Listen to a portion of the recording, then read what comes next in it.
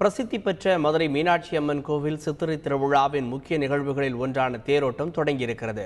அதன் நேரடி காட்சிகளையும் செய்தியாளர் மாரிச்சாமி தரும் கூடுதல் தகவல்களையும் பார்க்கலாம். மாரிச்சாமி, சொல்லுங்க, தேரோட்டம் பற்றியும் தற்போது விழாவிற்கு செய்யப்பட்டிருக்கக்கூடிய பாதுகாப்பு ஏற்பாடுகள் பற்றியும் சொல்லுங்க மாரிச்சாமி.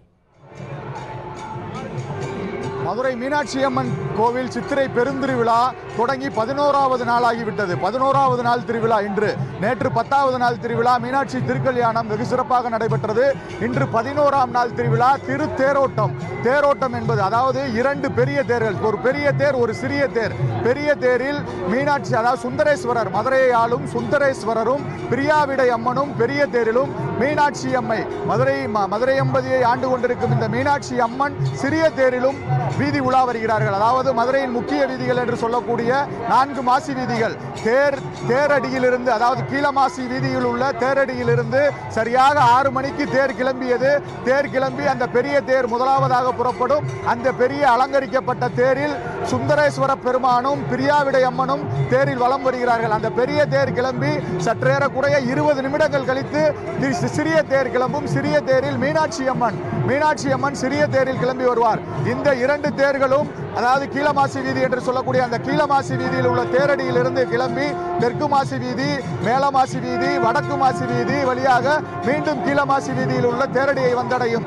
இந்த 4 மாசி வீதிகள் தான் மதுரை நகரின் முக்கிய வீதிகள். இந்த முக்கிய வீதிகள் வழியாக தேர் வந்து தேரடியை அடைவதற்கு அதாவது 6 மணிக்கு கிளம்பிய தேர் சரியாக ஒரு 12 மணிக்குள்ளாக தேரடியை வந்தடையும். அதுவரையிலும் மதுரை மாநகரின் மக்களின் பாதுகாப்புக்காகவும் இந்த தேர் திருவிழாவை மக்கள் பல்லாயிரக்கணக்கான மக்கள் கூடி பார்த்து வருகிறார்கள். இங்கு கூடியுள்ள பல்லாயிரக்கணக்கான மக்களை பாதுகாக்கும் வகையில் மதுரை மாநகர காவல்துறை சார்பில் 2500க்கும் மேற்பட்ட போலீசார் பாதுகாப்பு பணியில் ஈடுபட்டு வருகிறார்கள்.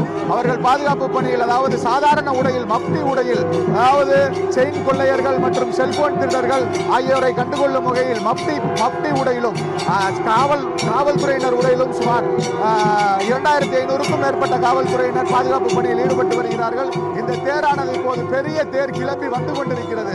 அதாவது தேரடியிலிருந்து கிளம்பி கீழமாசி வீதி வழியாக விளக்குத்தூணை வந்தடைந்து கொண்டிருக்கிறது. விளக்குத்தூண் என்று சொல்லக்கூடிய இடம், இப்போது நாம் இருக்கும் இடம் விளக்குத்தூண் என்று சொல்லக்கூடிய இந்த இடத்தில் தேர் வந்து கொண்டிருக்கிறது. இந்த பெரிய தேரில் சுந்தரேஸ்வர பெருமானும் பிரியாவிடை அம்மனும் வந்து கொண்டிருக்கிறார்கள். இந்த பெரிய தேரை நீங்கள் பார்த்து கொண்டிருப்பீர்கள். மக்கள் அலைகடலான வெள்ளம், மக்கள் வெள்ளம் அந்த தேரை வடம் பிடித்து இழுத்து வருகிறது.